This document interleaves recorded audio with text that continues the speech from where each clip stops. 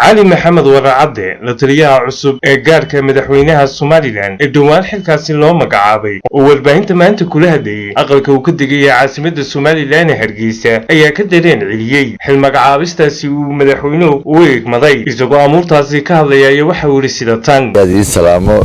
والباهنت iyo dadweynaha daawanaya reer Somaliland waxaan jeclahay halkan in yar ka sheego xalay waa ogtiino habeen hore madaxweynuhu wuxuu sameeyay isku shaandhayn xukuumadda dawladda marka waxaan maqlayay iyadoo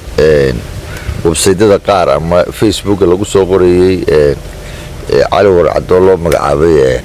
muxuu ahaayay la taliyaha gaarka madaxweynuhu diiday marka taasan doonayaan ka qanciyo bulshada runtii horta mid waxaan qabaa un dareen ah dadka waxa qoraya mala waxay u jeedaan inay mala meel sare oo dawladda kale madaxweynaha jooga meel u dhaafo garan maaye mar haddaan la taliyihiisa yahay meel shirkare imika ay la doonayaan ka sii sareysa maan garan laakiin waa arrin aan u arko inay tahay dhinaca wanaagsan ka eegi karo waxa weeye runtii madaxweynuhu wuxuu magacaabay inaan noqdo la taliyihiisa gaarka oo runtii ah xil ku cusub imika muxuu ahaayay dawladdeena muhiimadeeda iyo awoodeedana leh arrintaasna waan la qaatay madaxweynaha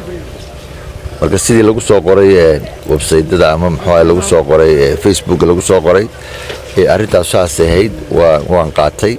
Ali Maxamed Warcabde oo dhanka kala warfidyanadu wax ka weydiiyeen sababta kaliftay inuu ka gaabiyo xilkii kan ka horay ee madaxweyne Silaahi u igmaday ee ahaa u qaabisanaha dalka Itoobiya ee arrimaha Somaliland ayaa waxa uu ku jawaabay sidan markii hore madaxweynuhu waa kii magacaabay wasaarad waa tii haddana anigu aan doortay muxuu ahaayay safaaradda imikana waxa lay magacaabay muxuu ahaayay inaan noqdo la taliyaha gaarka